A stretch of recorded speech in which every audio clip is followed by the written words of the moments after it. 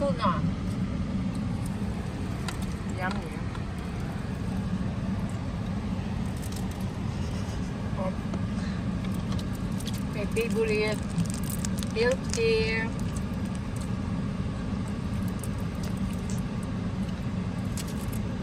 Ramen. Dito kami kumain ngayon sa sa park kasi si Ana Marie dito daw gusto niyang kumain. Yan ang aming trip.